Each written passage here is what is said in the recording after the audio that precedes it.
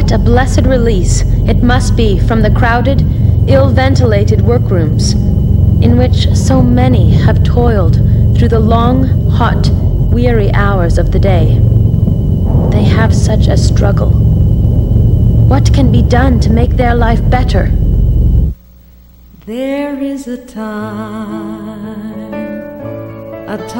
to birth, a time for dying, a time to plant,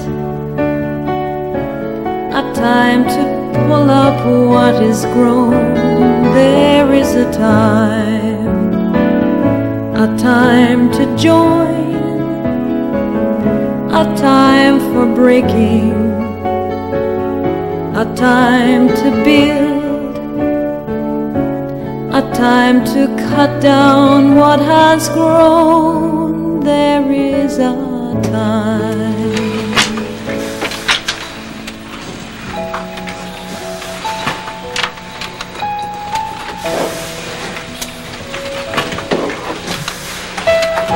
100 years ago, a group of young Canadian women recognized that they faced challenges relating to employment, housing, and all aspects of society.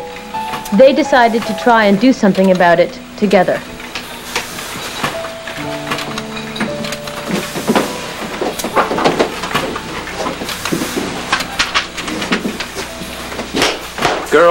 Girls, stop work for just a minute. There is a lady here who has asked permission to speak to you. Hello, my name is Bertha Wright, and I've been teaching Sunday school at St. Andrew's Presbyterian Church. I've thought about how you don't work on Sundays, and I'd like to invite you to a Bible class. It could be a lot of fun, just to be together. A kind of club, really.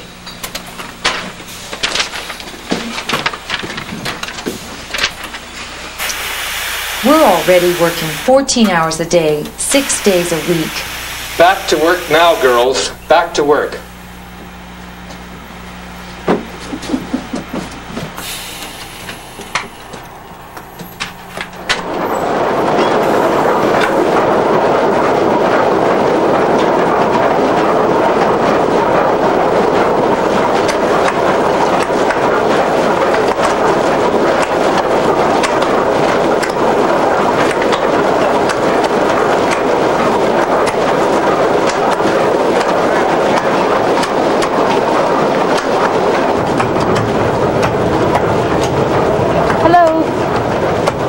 My name is Bertha Wright, and I would like to invite you to a Bible class.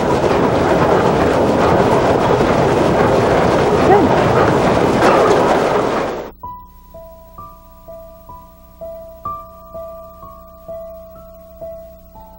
Thus saith the Lord to his anointed. I opened a Sunday afternoon club for young women in a room borrowed from the Women's Christian Temperance Union, the first Canadian and U.S. national women's organizations, which, thanks to God, soon became a popular Bible class and study group. One day, the new minister from St. Andrew's Presbyterian Church, Reverend Heroine, came to visit the Bible class. I will also give thee as a light to the Gentiles, that thou may beeth my salvation unto the end of this earth. I read this passage from Isaiah, and it made me want to start this Bible class. You know, ladies, this Bible class really is very wonderful, and I do want to thank you for inviting me here. But if I might be permitted to make a suggestion, I think that it might contribute to your devotion if you were to place this cross here.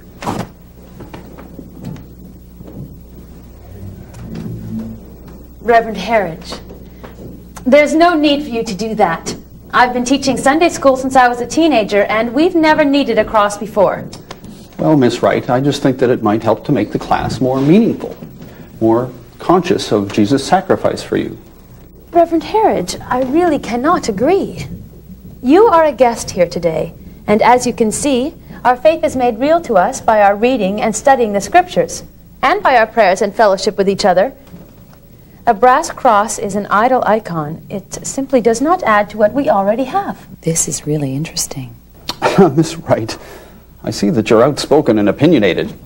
I shall be sending the bill for this cross to your father. I believe my father would not appreciate you contacting him about this.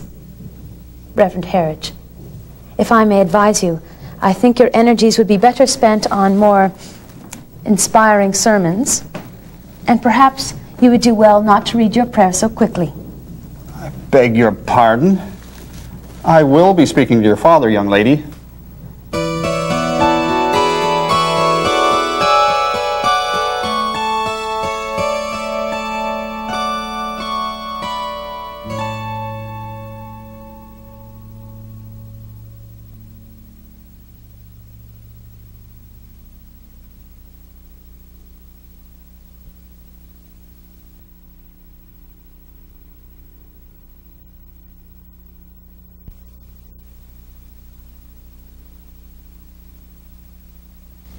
Dear Auntie, you do not know how it troubles me, for I have always looked upon it as my highest privilege to meet with God's people around the communion table.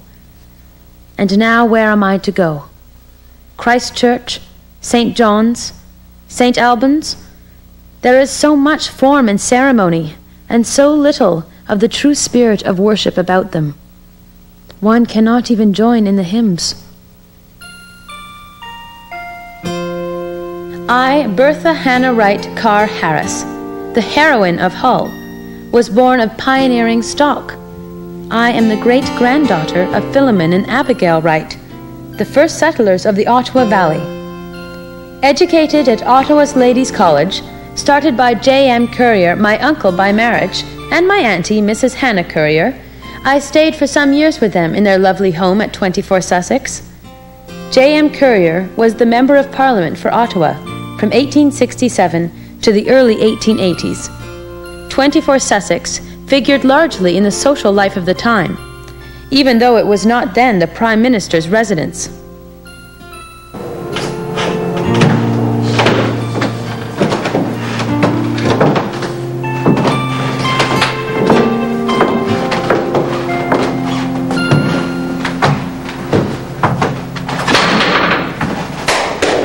Girls, listen up. We have some ladies here to speak to you. Let's pay attention and be on our best behavior this time.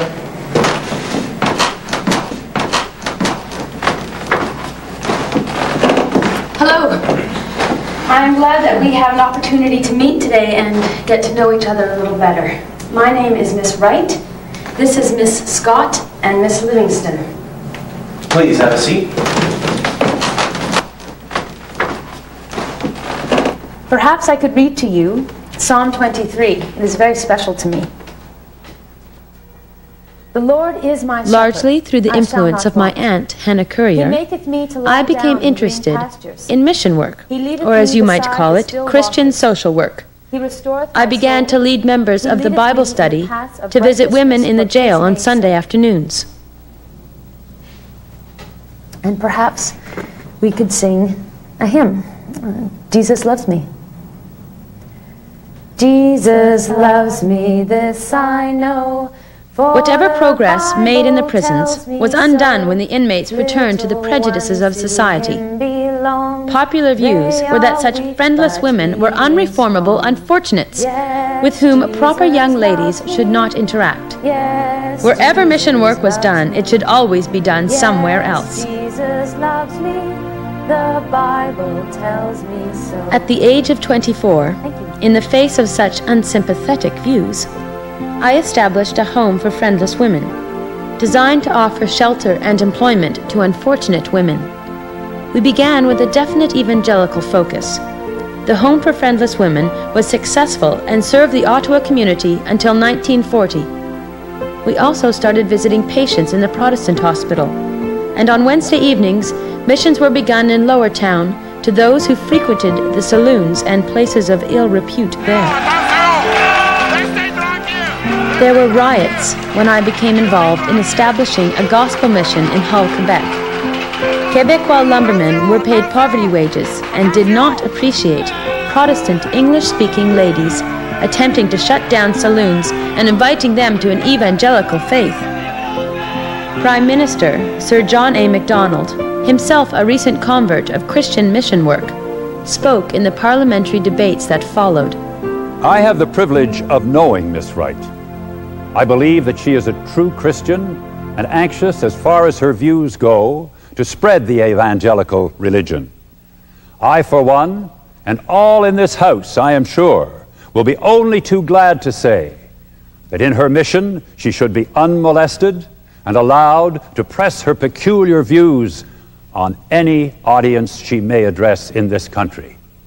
The honorable gentleman, instead of making speeches in this house, would have done better to have gone as an escort to Miss Wright. Earlier, I had recognized the need for assisting women whose character needed to be formed rather than reformed.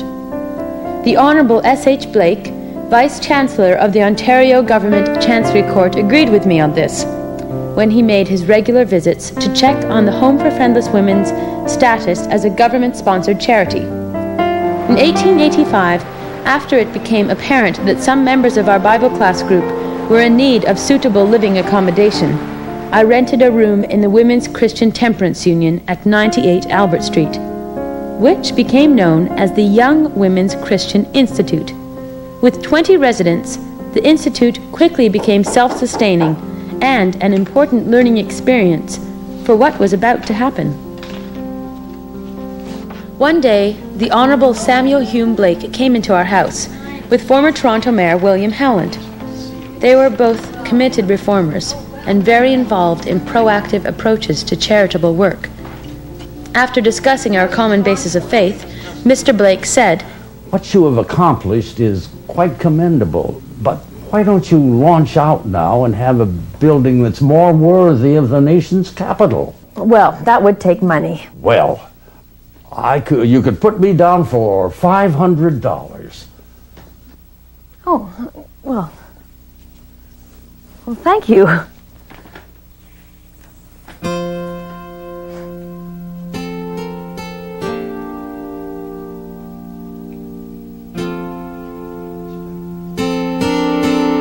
What about you, Bill? Oh, can you match that? Oh, I'd be glad to.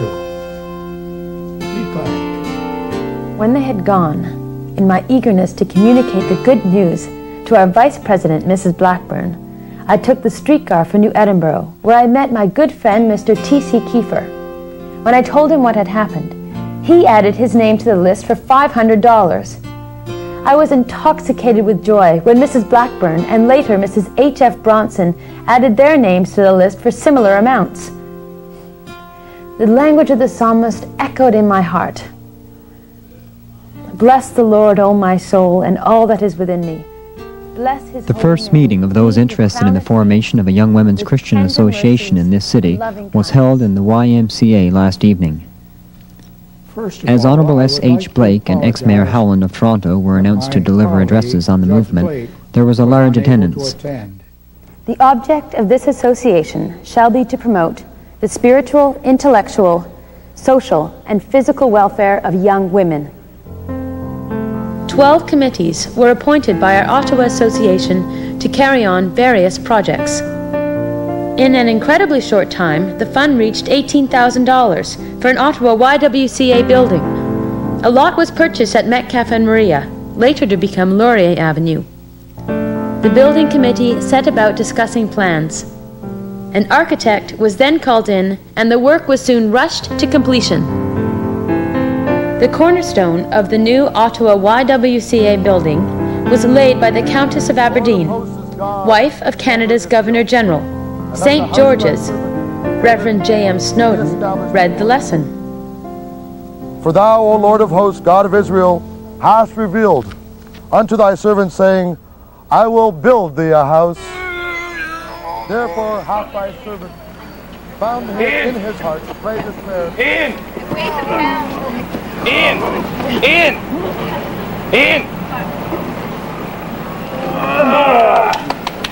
The young men have had their innings. Now it's the young women's turn. If young men need such places of resort as the YMCA provides, then it stands to reason that young women not living in their own homes must need them to an even greater degree.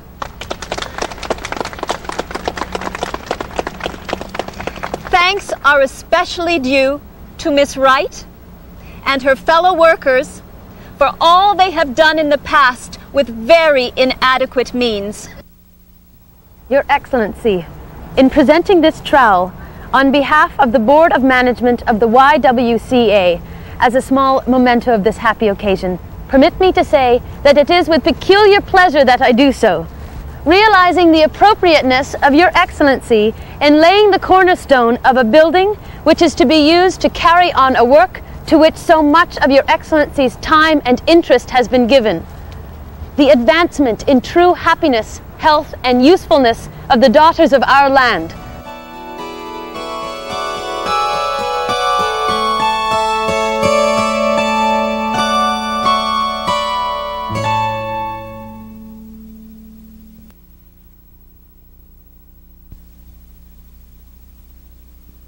The work of this association is not reformative, but of a formative character.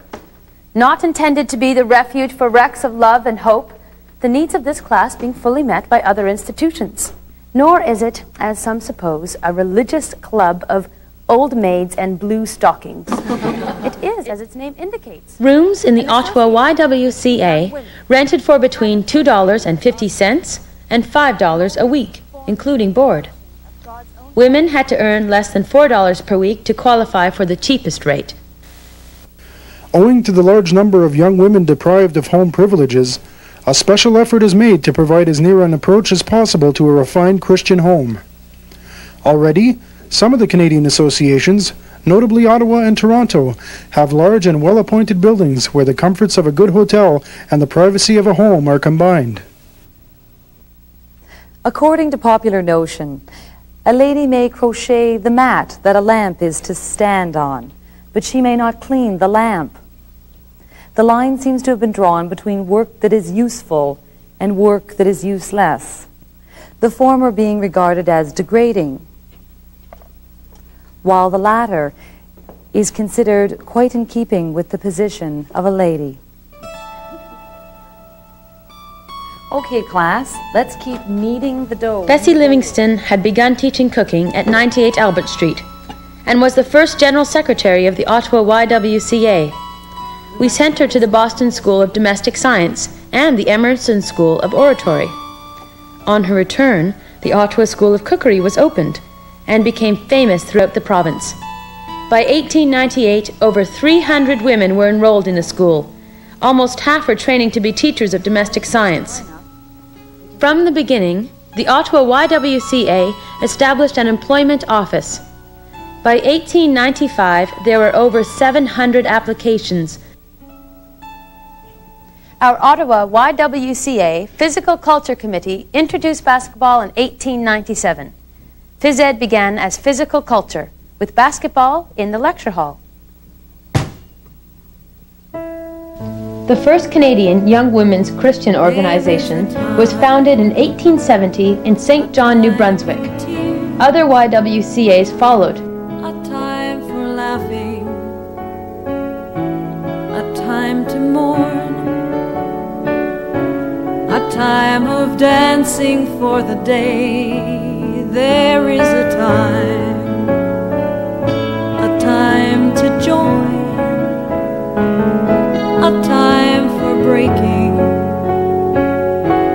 a time to gather stones.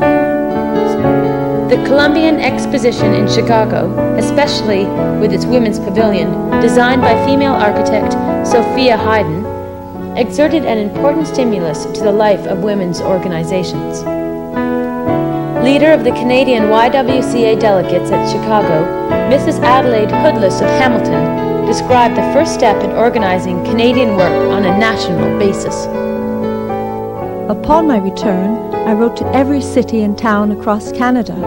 Where there were established associations, I asked for their views, etc.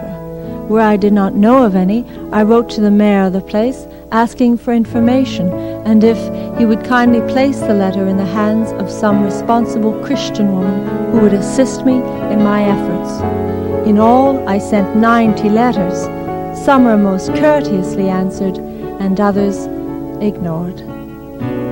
The result was Adelaide Hoodless organized the first National Canadian Conference in the YWCA building, 18 Elm Street, Toronto. Unfortunately, Miss Wright of the Ottawa Association is unable to attend this meeting to give her address, not by might nor by power. Bertha has often spoken of how the Church does not, as a body, feel its obligation to a lost world, as it should. It reclines in its comfortably fashioned pew and sings, "Rescue the perishing." But how seldom does it reach into the dark places, but too near the doors to rescue them. And 12 YWCAs were represented, including Ottawa. Although I was not present, I was elected Canada's first national YWCA president. The Constitution presented at the first annual meeting in Ottawa, January 23, 1895, stated the object of the new Dominion organization shall be to unite in one central body all organizations existing, and those to be formed in the future for the purpose of the YWCA work, which is to promote the spiritual, intellectual, physical, and social well-being of all young women. It was an era when women were not legally persons. We could not vote or even own our own bank accounts. Records from 5 Eastern YWCAs, including Ottawa, show that reading, penmanship, French, English, elocution, dressmaking, millinery, shorthand, Bible study, cooking, and china painting were the most consistently offered and popular adult programs of the 1890s.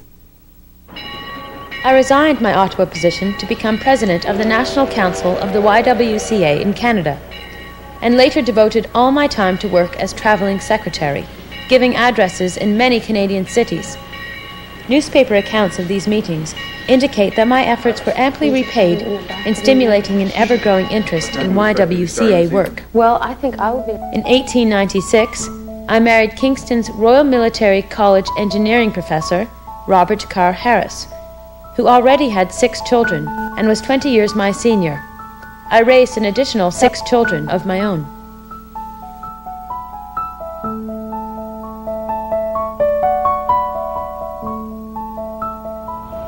This is my Bible, my most precious earthly possession. Even in the early 1940s, at the age of 80, I still led a Bible class for young women. I'd like to invite Miss Wright to come forward, please. So many things I remember about those exciting times. It is the unanimous opinion of the board that the untiring zeal and energy and the lofty aims and ideals of Miss Wright has been the means, to a great extent, of building up this association. And the faith is strong that work so well done will continue and prosper.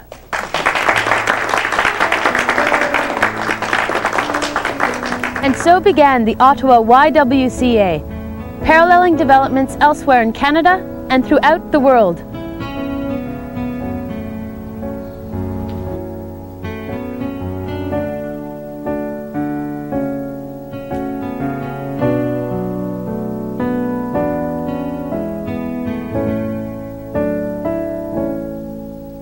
To this is added nothing, from this subtract we none.